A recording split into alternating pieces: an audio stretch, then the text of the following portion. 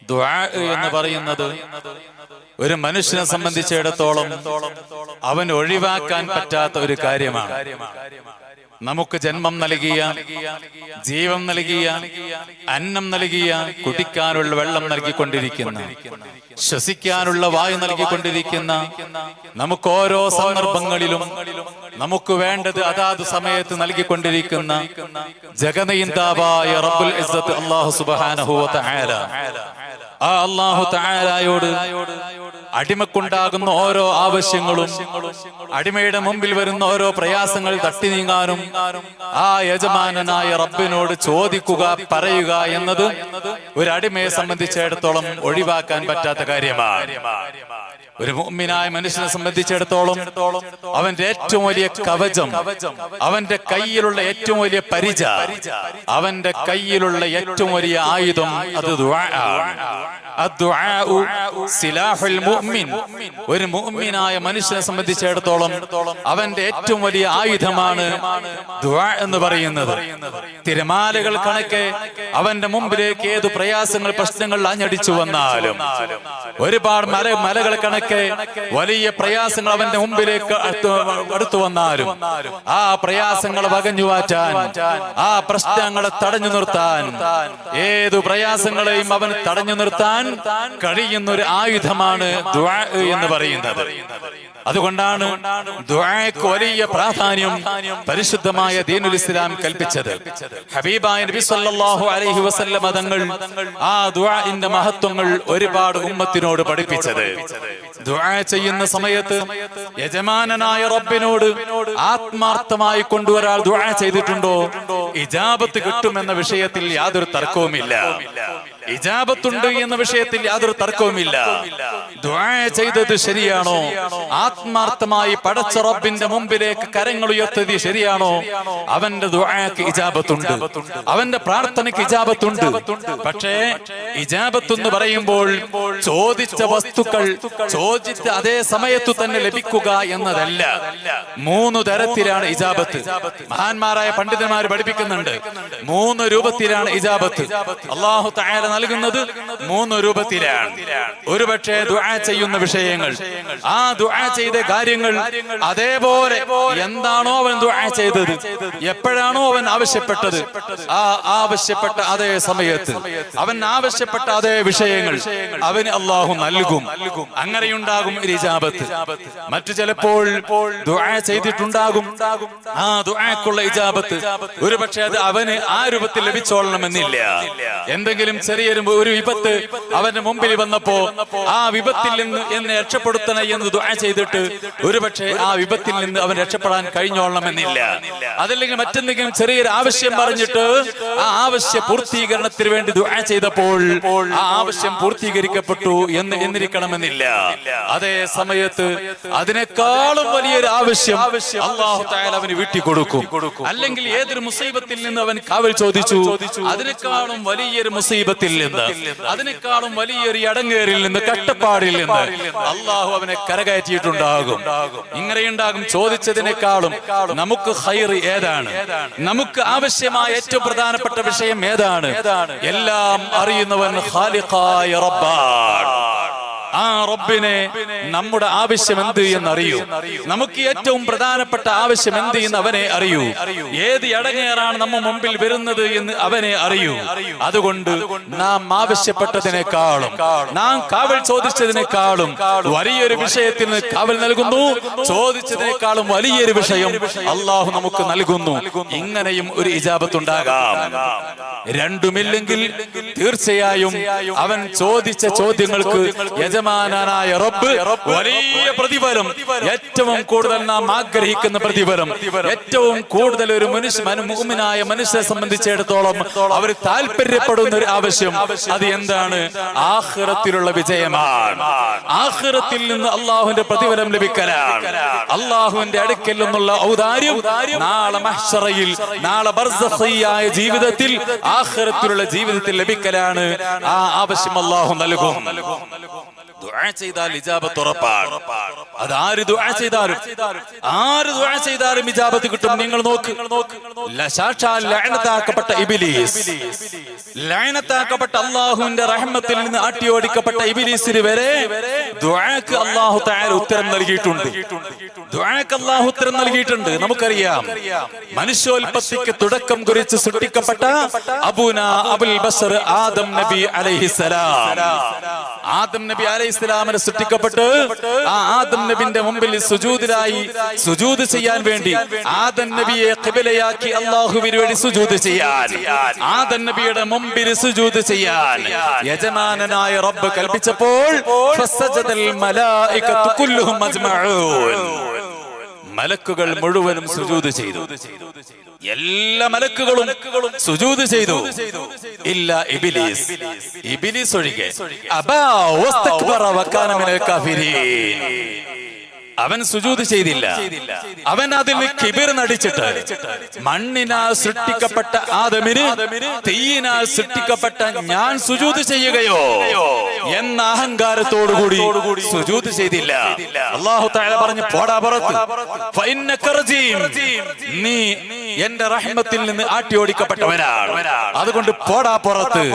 ആട്ടിയോടിക്കപ്പെട്ട സമയത്ത് അവൻ അല്ലാഹുവിനോട് 2-3 കാര്യങ്ങൾ ചോദിച്ചിരുന്നു, 2-3 കാര്യങ്ങൾ ദുആ ചെയ്തിരുന്നു. ആ ദുആ ചെയ്ത വിഷയങ്ങൾക്ക് മുഴുവനും അല്ലാഹു തആല ഉത്തരം കൊടുത്തിട്ടുണ്ട്. ഒന്നാമതായി, ഖിയാമത്ത് നാൾ വരെ ജീവിക്കാൻ എനിക്ക് അനുമതി വേണം. അല്ലാഹുവോട് ചോദിച്ചത് അതാണ്. അല്ലാഹു പറഞ്ഞു, നിനക്ക് ഖിയാമത്ത് നാൾ വരെ ജീവിക്കാനുള്ള അനുമതി ഞാൻ തന്നു.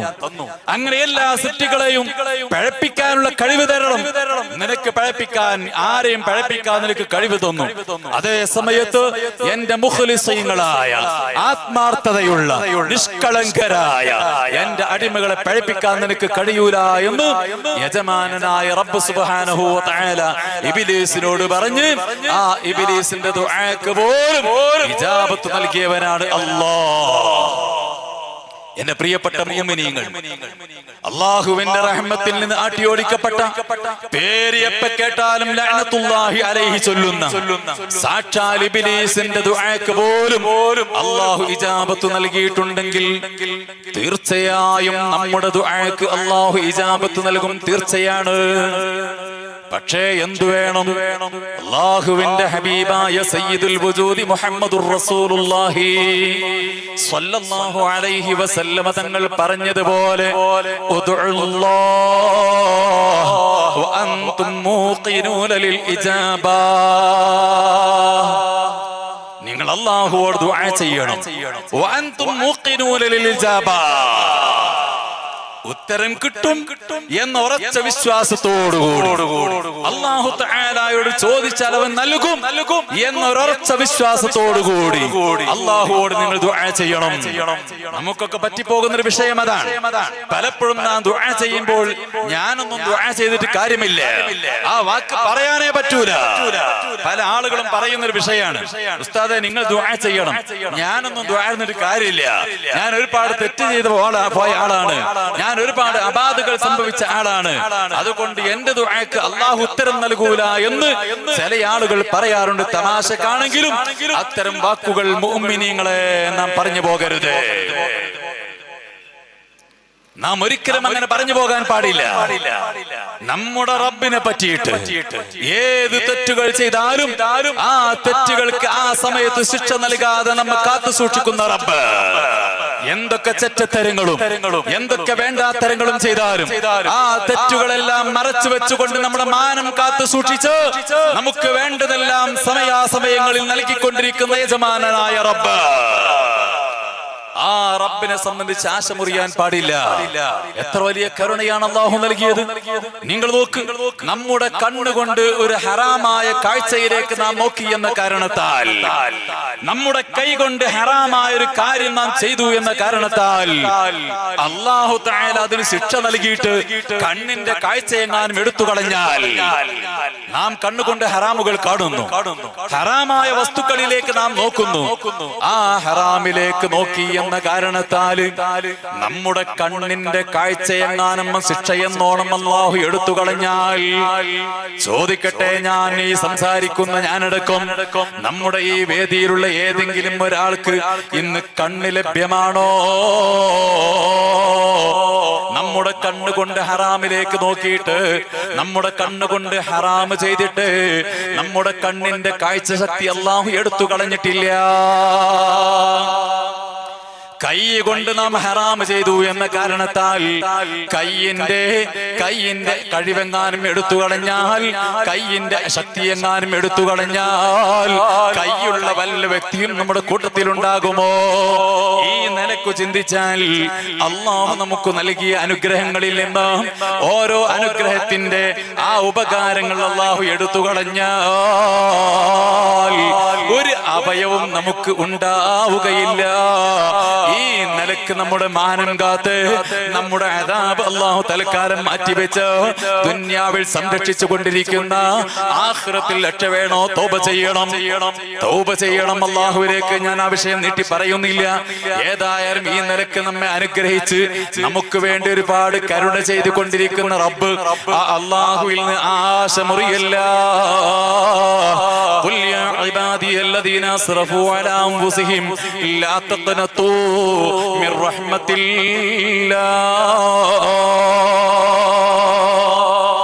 ഓ നബിയേ അങ്ങ് പറയണം, യാ ഇബാദി, ഓ എന്റെ അടിമകളെ. അല്ലാഹു തആല വിളിക്കാണ്. എങ്ങനത്തെ അടിമകളെയാ വിളിക്കുന്നത്? 5 വക്ത് നിസ്കാരവും കൃത്യമായി നിസ്കരിച്ച്, എല്ലാ നോമ്പുകളും കൃത്യമായി അനുഷ്ഠിച്ച്, ഒരുപാട് സൽക്കർമ്മങ്ങളിൽ മുഴുകി, ജീവിതത്തിൽ ഒരു അപാകതകളും സംഭവിക്കാത്ത അല്ലാഹുവിന്റെ യഥാർത്ഥമായ മുത്തഖീങ്ങളെ ഔലിയാഇനെ വിളിച്ചുകൊണ്ടല്ല അല്ലാഹു പറയുന്നത്.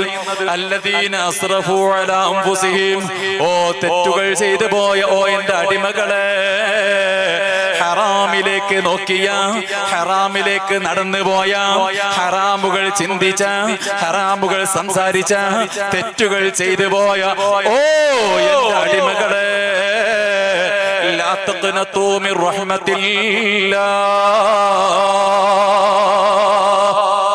അല്ലാഹുവിന്റെ റഹ്മത്തിൽ നിന്ന് നിങ്ങൾ ആശമുറിയരുത്. അല്ലാഹുവിന്റെ റഹ്മത്തിൽ നിന്ന് ആശമുറിയത്. അല്ലാഹുവിന്റെ റഹ്മത്ത് അത് വിശാലമാണ്. ഇന്ന റഹ്മത്തി വസിഅത് കുല്ല ശൈഇൻ, എന്റെ റഹ്മത്ത് എല്ലാ വസ്തുക്കൾക്കും വിശാലമായിരിക്കുന്നു എന്ന് അല്ലാഹു തആല തന്നെ പറയുന്നില്ലേ? ആ റഹ്മത്തിൽ നിന്ന് ആശമുറിയല്ല. ഇന്നല്ലാഹ യഗ്ഫിറു ദുനൂബ ജമീഅ, എല്ലാ പാപങ്ങളെയും പൊറുക്കുന്നവനാണ് അല്ലാഹ്. എല്ലാ ദോഷങ്ങളെയും പൊറുക്കുന്നവനാണ് അല്ലാഹ്. അല്ലാഹുവിലേക്ക് തൗബ ചെയ്ത് മടങ്ങിക്കോ. അല്ലാഹുവോട് ദുആ ചെയ്യുമ്പോൾ എന്റെ ദുആക്ക് അല്ലാഹു ഇജാബത്ത് നൽകൂല, എന്റെ പ്രാർത്ഥനയ്ക്ക് അല്ലാഹു ഉത്തരം നൽകൂല എന്ന് ഒരിക്കലും ചിന്തിക്കാൻ പറ്റൂല, ഒരിക്കലും പറയാൻ പറ്റൂല. ഉദ്ഉല്ലാഹ വഅൻതും മുഖിനൂന ലിൽ ഇജാബ, ഇജാബത്ത് കിട്ടും, അല്ലാഹുവിന്റെ അടുക്കൽ നിന്ന് ഉത്തരം ലഭിക്കും എന്ന ഉറച്ച വിശ്വാസത്തോടു കൂടെയാണ് ദുആ ചെയ്യേണ്ടത്. ഈ ചെറിയ കുട്ടികൾ മാവിലേക്ക് കല്ലെറിയാറുണ്ട് എന്നതുപോലെ നാം ദുആ ചെയ്യാൻ പാടില്ല. എങ്ങനെയാ കുട്ടികൾ മാവിലേക്ക് കല്ലെറിയാറുള്ളത്? അവർ ഉന്നം വെച്ചിട്ട് എറിയും. മാങ്ങ കിട്ടും എന്ന് ഉറപ്പൊന്നുമില്ല. എറിഞ്ഞു നോക്കാം, കിട്ടിയെങ്കിൽ കിട്ടി, ഇല്ലെങ്കിൽ പോട്ടെ, ഒരേറല്ലേ.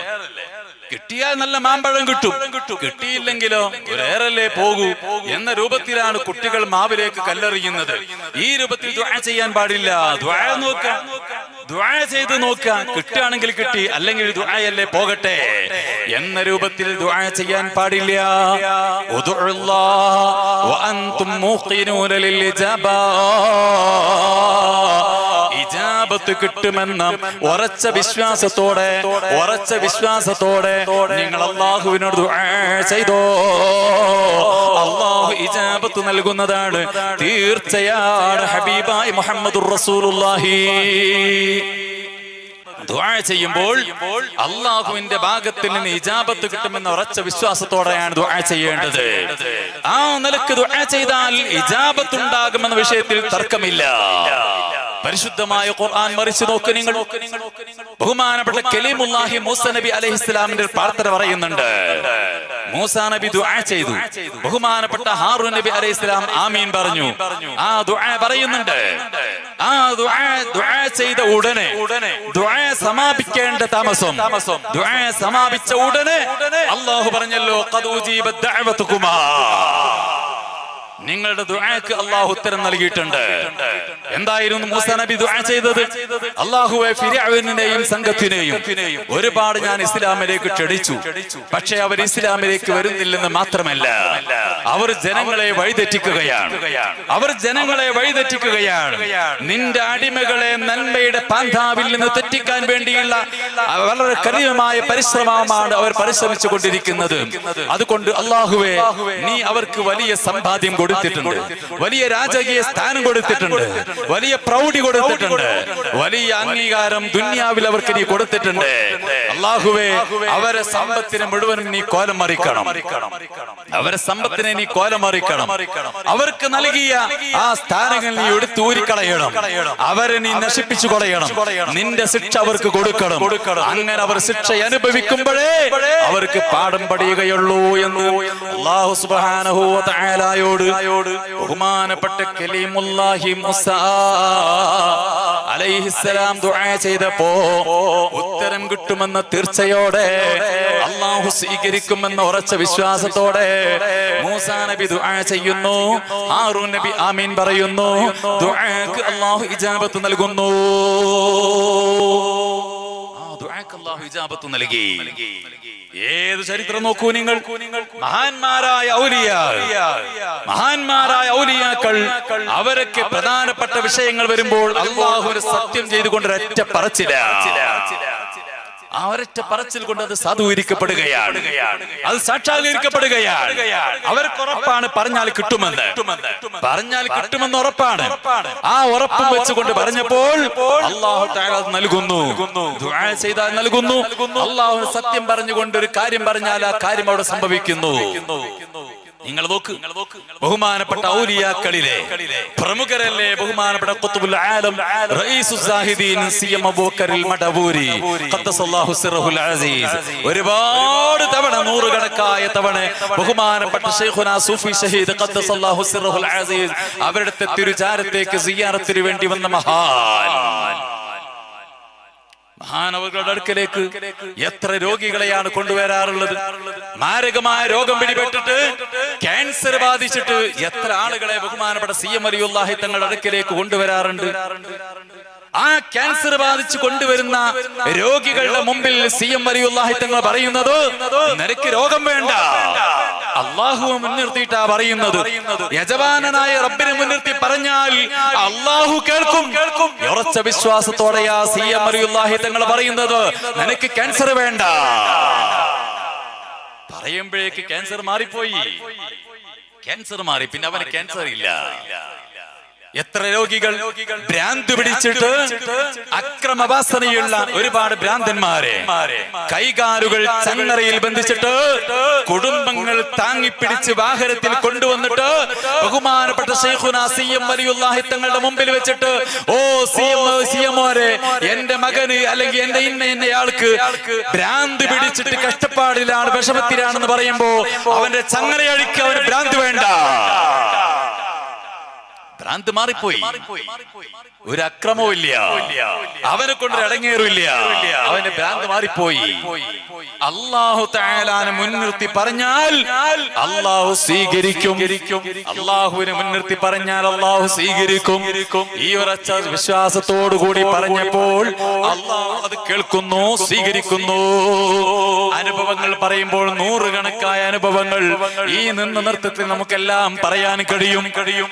അല്ലാഹു തആലയോട് ദുആ ചെയ്യുമ്പോൾ നമുക്ക് വേണ്ട ഏറ്റവും പ്രധാനപ്പെട്ട ഒന്നാമത്തെ കാര്യം, ഈ അല്ലാഹു തആല ഇജാബത്ത് നൽകും എന്ന് ഉറപ്പാണ്. സംശയം ലവലേശം ഉണ്ടാകാൻ പാടില്ല.